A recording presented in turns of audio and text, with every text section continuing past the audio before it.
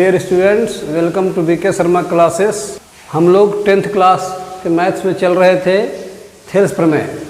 तो थेल्स प्रमेय पर कुछ प्रश्न इस तरह भी पूछे जाते हैं कि दी गई आकृति में x का मान ज्ञात करें जब DE समांतर BC हो। देखिए ABC एक त्रिभुज है जिसमें DE समांतर है BC के।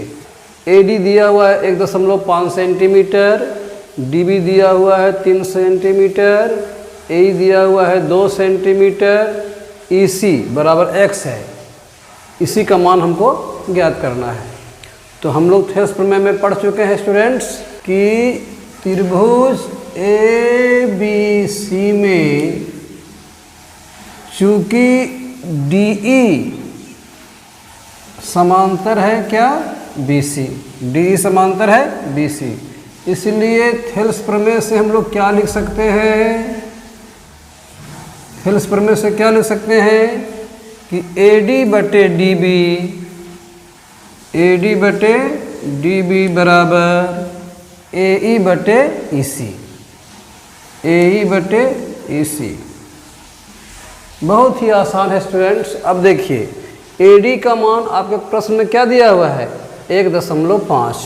तो AD की जगह पर हम लोग क्या बैठाएंगे? 1.5, ठीक है, बटे है DB कितना है भाई? 3 cm। तो हम लोग यहाँ 3 लिख देंगे, ठीक है, बराबर AE कितना है? 2 सेंटीमीटर, तो 2 लिख देंगे, बटे EC नहीं मालूम। अगर x नहीं रहता तो EC ही लिखते, लेकिन जब x दिया हुआ है तो हम x लिखेंगे। अब क्या करना है? आपको क्रॉस मल्टीप्लिकेशन मालूम है। 1.5 का गुना किससे होगा? x से। तो क्या होगा भाई? 1.5x और 3 का मल्टीप्लाई किससे हो जाएगा? 2 से हो जाएगा। तो 2 तिया के 6 हो जाएगा, ठीक है। या x बराबर रख लेंगे तो क्या होगा? 6 बटे 1.5, ठीक है। अब देखिए 6, इसको ये दशमलव हटेगा तो एक अंक के बाद दशमलव है तो एक 0 बैठाएंगे तो दशमलव हट जाएगा। ये आप लोग नियम सीखे होंगे। तो 15 चौके 60, इसलिए हमारा x बराबर क्या आ गया? 4 सेंटीमीटर। यही आपका हो गया आंसर। देखिए ये कितना निकल गया? 4 cm। तो इसी का मान हो गया 4 cm। तो इस तरह के प्रश्न पूछे जाते हैं थेल्स प्रमेय पर। एक इसका उलट करके पूछा जा सकता है। इसी तरह एक दूसरा प्रॉब्लम लिए हैं स्टूडेंट्स। कहता है दी गई आकृति में PS का मान ज्ञात करें। ये देखिए PS का मान ज्ञात करें जब ST पैरेलल हो QR, ST पैरेलल हो QR। तो क्या दिया हुआ है भाई? SQ का मान कितना दिया हुआ है? 2 cm। TR का मान कितना दिया है? 3 cm। और PT का मान कितना दिया है? 9 cm। तो PS क्या होगा? तो हम लोग उसी तरह सीखे हैं त्रिभुज PQR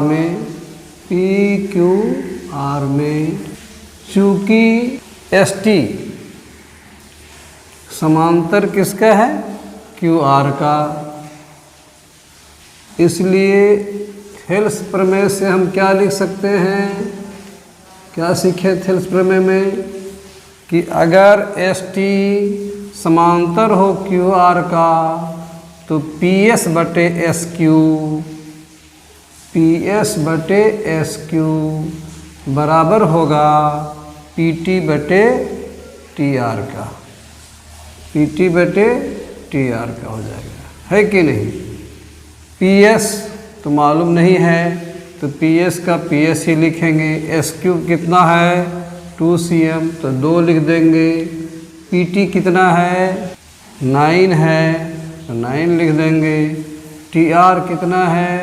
3 है तो 3 लिख देंगे, ठीक है स्टूडेंट्स। ऐसे ही कटेगा तो काट भी सकते हैं, लेकिन एक ही बार काटेंगे हम लोग। 3PS गुना हो जाएगा, क्या होगा? 3PS क्रॉस मल्टीप्लिकेशन, 9 दूना के 18 हो गया। तो क्या हुआ? PS बराबर क्या हो जाएगा? 18 बटे 3, 3 से 3 छक 18, इसलिए PS बराबर हमारा क्या आ गया 6 cm। यही आपका हो गया आंसर।